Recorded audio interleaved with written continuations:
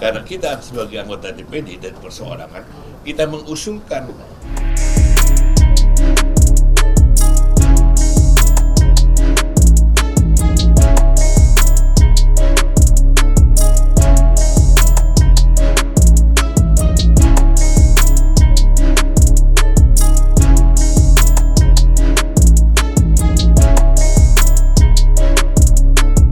kita ini punya Pancasila.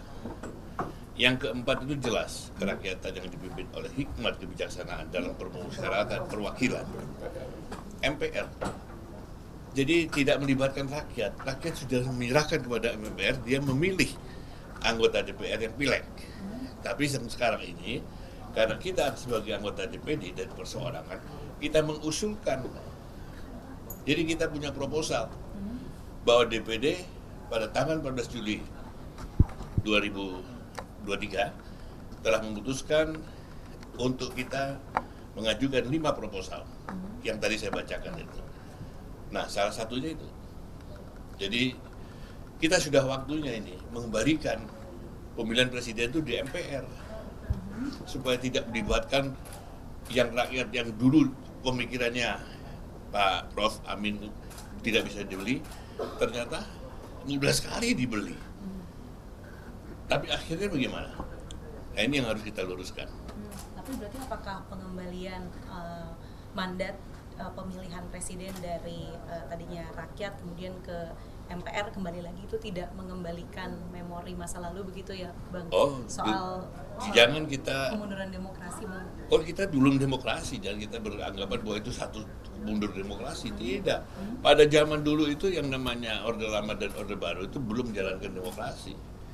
Dan sekarang ini baru kita mau jalankan. Ya. Jadi kita tidak usah berdebat lagi di sana. Kita punya naskah akademik, silakan. Silakan sidang istimewa, silakan nanti kita bersama-sama anggota DPD adalah juga anggota MPR, dia juga punya usulan seperti itu. Berarti langkah selanjutnya apa ya, Bang? Selain tadi sudah mengajukan proposal, apakah nanti langkah selanjutnya kita menuntut sidang istimewa yang kita akan laksanakan setelah presiden terpilih Pak Prabowo Subianto dilantik. Bang, sedikit lagi. Ya. Kalaupun misalnya memang nanti MPR dikembalikan begitu punya mandat untuk memilih presiden, apakah memang nanti akan ada pengawasan atau tambahan aturan yang DPD ingin ajukan supaya tidak terjadi lagi begitu, Bang? Nah, ya itu salah satunya itu. Kita ingin membuat bahwa DPD punya hak juga untuk membuat undang-undang. Ini ada proposal, 5 proposal. Ini silakan dibacakan, ya. Jadi begini,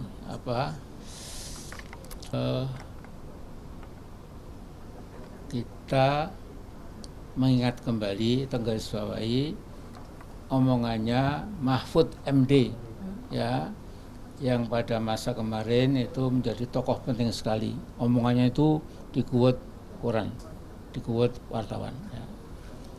Nah, saya masih ingat, ya, ini Mahfud MD mengatakan bahwa karena pemilihan gubernur, wali kota dan bupati itu langsung ke masyarakat, ke rakyat, maka 90% calon kepala daerah itu, calon gubernur atau wali kota atau bupati, 90% itu dibiayai oleh cukong, istilah dia cukong, ya.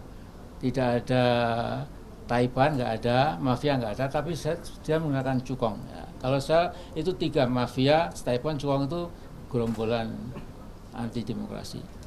Nah, kemudian kembali ke Mahfud, dia mengatakan 74% dari pemenang pilkada itu adalah yang dibiayai oleh cukong. Ya, yang bilang Mahfud itu, ya, dan saya setuju. Jadi Mahfud dalam hal ini jujur, lumayan, ya. Nah, karena itu saya melihat negeri yang besar ini itu yang terbelajar bisa memikir keadaan bangsanya, bisa melihat masa depannya, itu kira-kira kan lulusan SMA ke atas. Nah, padahal bagian terbesar bangsa ini itu yang paling banyak itu lulusan SD dan maksimal SMP. Bahkan yang nggak sekolah ada 9% kalau tidak salah. Nah kita bayangkan kalau bangsa kita cinta ini di lapisan bawah yang banyak ini belum cukup terpelajar, itu namanya gampang dibelak-belokkan, apalagi dibeli dengan ya segepok rupiah lah. Gitu. Nah jadi ada mengatakan pengamat Sontoloyo, saya lupa namanya, itu Amin Rais sindrom, berlari ke belakang, sudah bagus-bagus, mengapa MPR lagi yang memilih yang Sontoloyo dia, ya. Dia sekolah aja nggak lulus, dikirim jauh-jauh ke Amerika, nggak lulus, namanya saya lupa Fulan, ya. Nah ini ngomongnya ngawur, ya. Bukan berarti ke belakang itu lantas tidak lebih maju gitu. Kalau ke belakang berarti kita menyadari ya ini memang kita salah, kembali ke tuntunan yang sebelumnya, ya. Nah, bahkan kalau anda mengetahui literatur keagamaan Islam itu, yang namanya benar itu adalah rujuk, ya, kembali ke Quran dan Sunnah. Ketika umat Islam sudah mulai teledor, sudah mulai mencampur biar agama dengan pikiran manusia yang kadang-kadang geru dan lain-lain, maka ajakan ulama itu kembali, ya, kembali ke asal muasal, ya. Dan dalam bentuk yang lebih ringan, berbangsa bernegara. Kalau kita seperti sekarang ini, ya, akhirnya yang punya duit berkepok-kepok itu akan menangi presiden, ya, sementara nggak punya apa-apa juga akan gigit jari, ya. Nah jadi tentu dipertimbangkan, ya. Mungkin pikiran Pak Lanyala ini yang seperti saya, ya, belum tentu menang juga, tapi mari kita musyawarahkan, ya. Jadi tidak mesti kita pasti menang, visi belum tentu, ya. Tetapi lihat dengan musyawarah yang betul-betul jujur, nanti akan ketahuan solusinya itu. Ya saya kira itu saja lah, ya. Mau dibolak-balik ya itu. Jadi intinya itu.